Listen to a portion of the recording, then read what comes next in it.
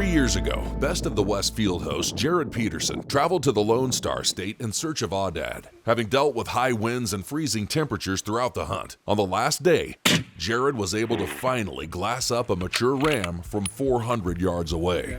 Referred to as the poor man's sheep hunt, Aoudad hunting grows more and more popular each year. As rugged and tough as the terrain they inhabit, they provide a very memorable hunting experience.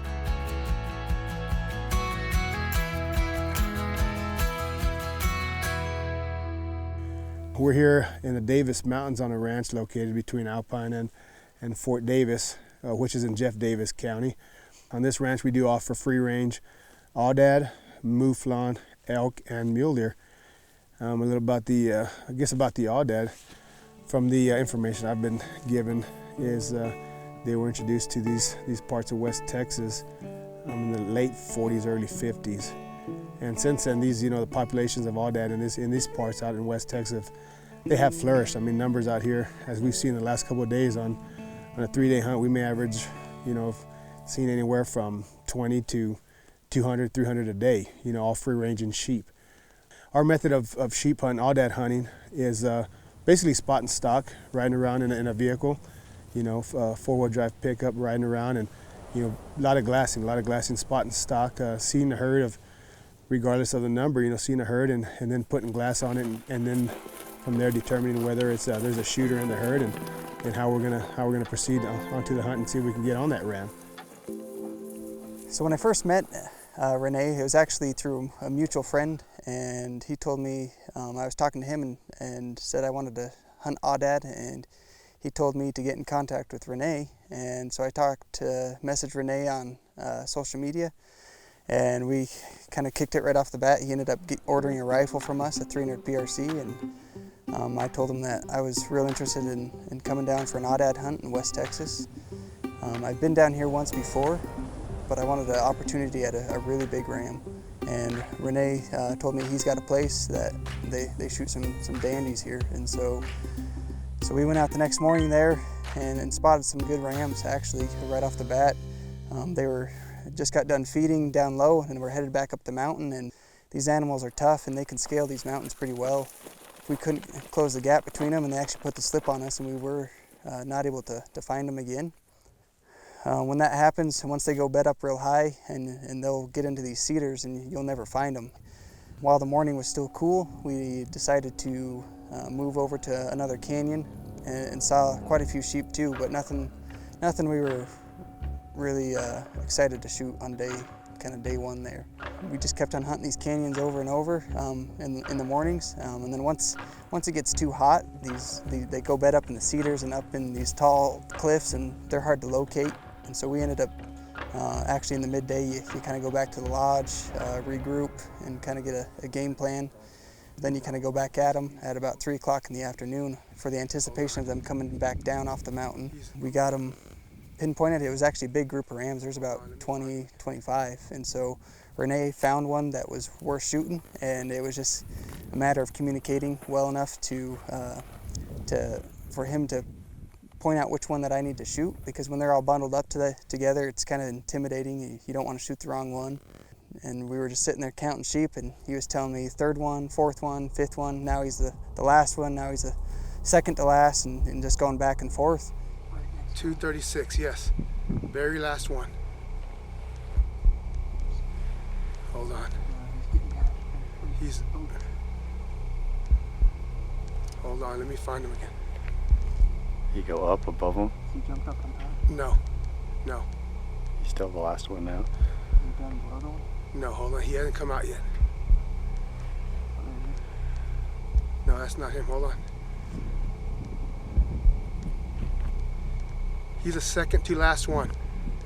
Last one now, looking at us. Yeah, I got him.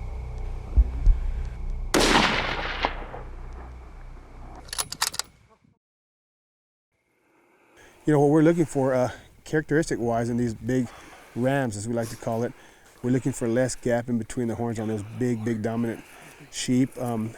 Really smooth fronts on their horns. Like I said, a younger ram's going to have pretty strong definition of his age rings as we're talking about the front portion of it.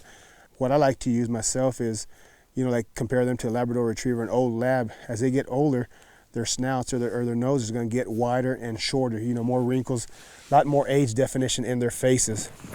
Looking for those bald spots on their shoulders, high on their shoulders, from where them horns have been rubbing or almost rubbing into the top of their shoulders. You got bald spots, you got a big ram. That dominant ram is really going to stick out.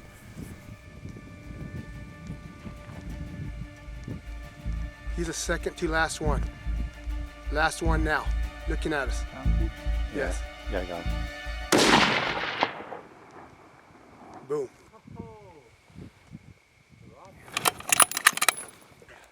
Jets. Get over here. These are African animals. They're originally from Sudan, and so these animals, all their organs, their heart, their lungs, they're in the front of their chest, and so they're pretty heavily protected by their shoulders. And so that's why they can be pretty tough to kill. Fortunately, we got it done and got him down, and we got up to the ram and we taped him out at about 31 inches, and anything over 30 inches is a big ram. The nice thing about this ram is he was heavy. He was actually kind of unique because he was lopsided. He was shorter on one side than the other one, but he just carried his mass all the way through his horns, and I couldn't have been happier with this ram. Sometimes you just get lucky and get it done on the first day. Well, Jared, good work on the sheep. We seen the sheep probably, I guess 3 weeks ago or so. Yes, sir. We saw him actually in the same spot in this canyon back in here, and had another hunter, and I guess we got him, actually spotted him maybe 120 yards or so, and by far, I guess he caught our eye a couple of weeks ago, and I'm glad you were able to put the hammer on him. He's an old mature ram. I mean, that character, that left side, dominant left, long left side for sure, but he's for sure an old mature ram, and one that was great to be taken out of the herd. Oh, thank you. It's kind of funny with these Aoudad hunts how they go from 0 to 100 real quick, and we were glassing and went from sitting in the truck glassing, then all of a sudden I was on the ground getting ready to shoot, and these animals are tough, and they absorb these bullets, and they're tough animals. It kind of gives them that energy to go a little faster, I guess, with the shot, but it started in what we saw 1 or 2, and then it was 3, 4, 5, 6. And good thing he was able to give us he stayed at the end of the rear of the pack, so that left side was really easy to pick out too amongst the others, but there was out of the 15 or 16 rams in there, there was a bunch of shooters in there, but he was, by far the big toad out of the group. Yep. The old warrior. So thank you. Good work, thank you. Good shooting. Good thank shooting. you. Thanks.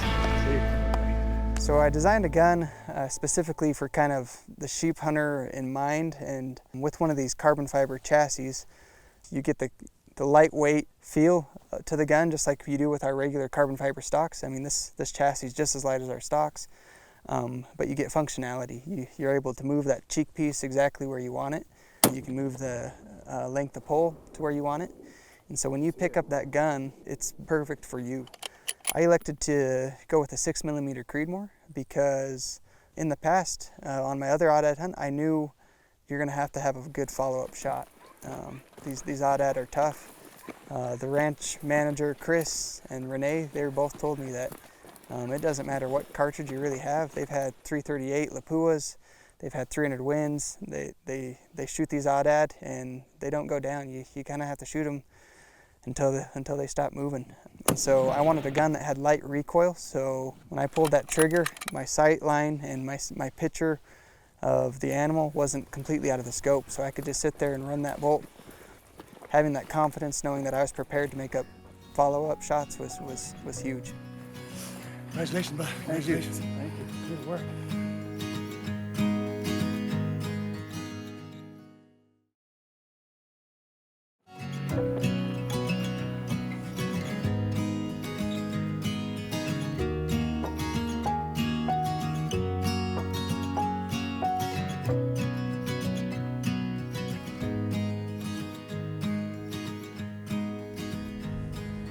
On this ranch, like I said, here in West Texas, there's our javelina or peccary, whatever, a lot of people call them. They're all over the ranch. And we'd been seeing them, and I knew they really caught Jared's eye. It's every time we saw him, you'd think he saw something new every time. And he said, "Man, those are cool." I've never, and what I liked about it, Jared mentioned to me he had never seen one in person. And I said, "Well, Jared, let's focus on our aoudad that's what we're here to hunt." And that'd be a little bonus. We'll go and chase those afterwards. Well, we see when we're coming into camp, I guess our second evening, right before dark, and we see one. As a matter of fact, Diego, guy who guides for me, he spotted one a long ways off. Matter of fact, it was 860 yards off, from the pickup. We're coming into camp from the main road, and he sees one. So we park and get off, like I said, and start setting up, and that's where it goes. Jared gets set up, and it was right at, by the time we ranged him the last time, I think it was 863 yards, something like that. But it was out there. Jared set up and let one go down range, and like we say, AT&T, reach out and touch someone. He sure did.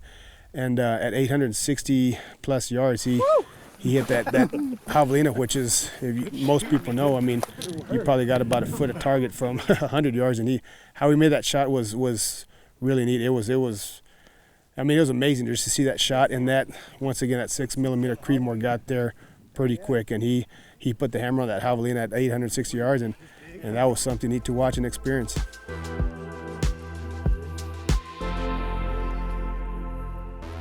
So one thing I noticed on this ranch right off the bat on day one was just all the game on this ranch. Right off the bat we saw deer, and then we saw quite a bit of elk. Then we ended up seeing our aoudad. One thing that really stuck out to me was a mouflon. And I've seen pictures of mouflon, and I thought they were cool, but when you see one in person, they're pretty dang cool, and you see the kind of country that they're in, and you gain a lot of respect for them. These things, they hang up in the same kind of country that, your bighorn sheep and your Dall sheep and your stone sheep. They're up in the cliffs. And talked to Renee after my aoudad hunt, and I was able to buy a license for a mouflon, and he took me out. And we spent all day kind of glassing, and we saw some that we tried to put a stalk on. We ended up trying to shoot across canyon. Once we got up on top there to try and shoot across canyon, we couldn't locate the mouflon anymore. We think they kind of busted out of that canyon and got over and went over the top. And so we were actually driving back down, and we busted a group of 4, and they took off and they went down across the road, and we didn't see them cross the road until we drove past. And actually Diego, once again with those eyes, he saw them running off in the distance, and so we were able to pull around with the truck and drive into these flats. And then it was kind of a glassing game from there, trying to glass where they were at. And luckily they didn't go up too high. They were kind of middle of the hill there. Got down and prone, ranged them at 325 yards. We had to wait for them to break up a little bit because the way they were positioned was there was a mouflon right behind the one that I wanted to shoot, and last thing I wanted to do was shoot two mouflon with one bullet. And it finally broke up enough, went to the left a little bit, and I was able to shoot. The bottom was still our sheep. Okay. All right, shooting.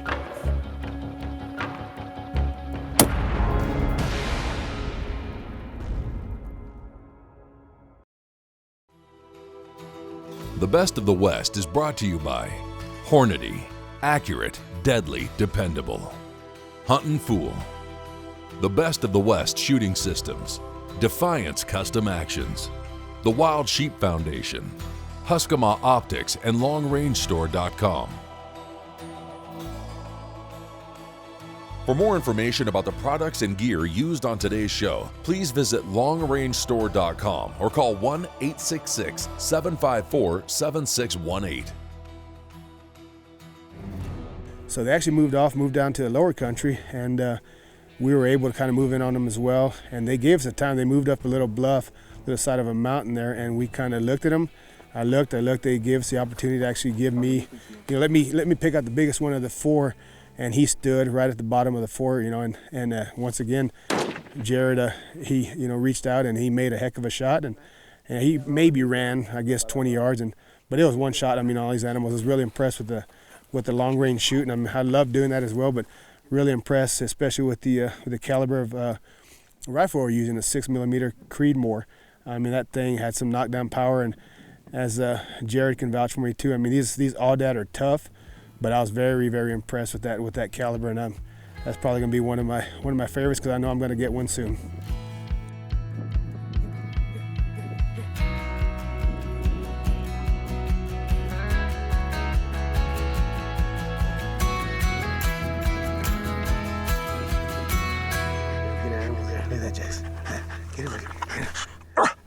Well, Jared, congratulations. Good work. I know we've seen a lot of Mouflon in the air, I guess, in the last couple of days, huh? Yeah, I mean, a lot of Mouflon. There's no shortage of a Mouflon or Aoudad on this ranch whatsoever, but I mean, this guy presented a shot. I mean, good long shot, and there's plenty of sheep. Like I said, that's what we're looking for. I mean, he's broomed off a lot of character, and probably about a 8.5-year-old ram, but beautiful animals. Not as big as you thought he was he? No, they're a lot smaller bodied animals than they look like from a distance away, but once you get up to them, you're kind of surprised. They're pretty tough too. I mean, that's like you said, yeah. he even hit him a good solid shot, and he still ran. What do you think? 20 yards maybe? 30? Yeah.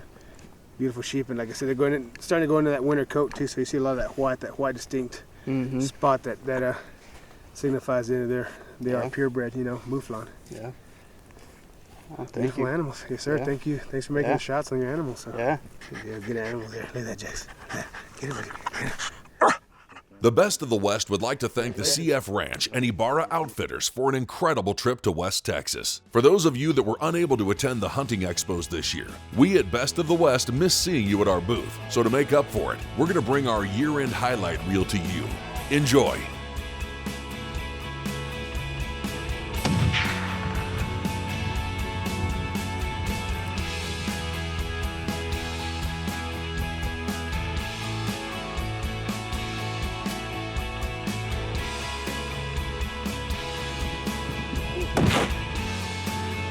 No, you smoked him! Well, the didn't just didn't know that.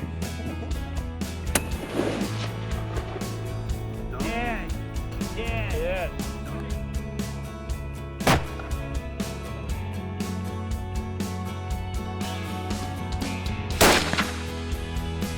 Oh, well, good. I like it.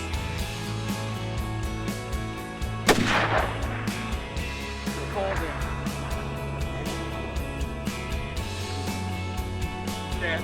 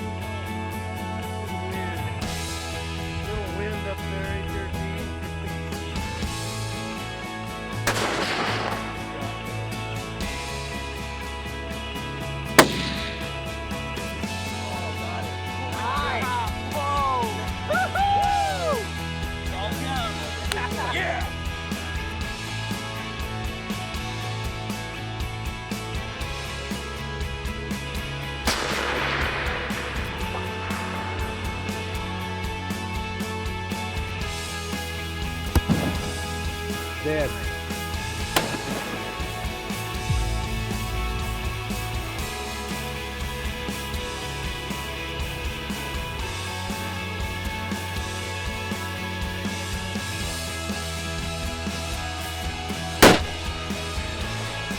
Oh.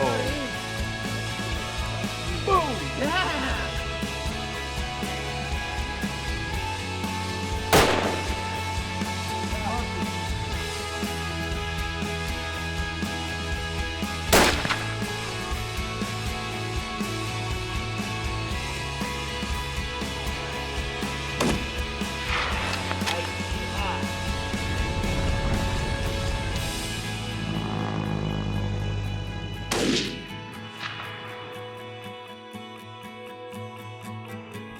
Thanks for watching this episode of The Best of the West. Be sure to like and subscribe to our YouTube channel for all the latest long-range hunting adventures.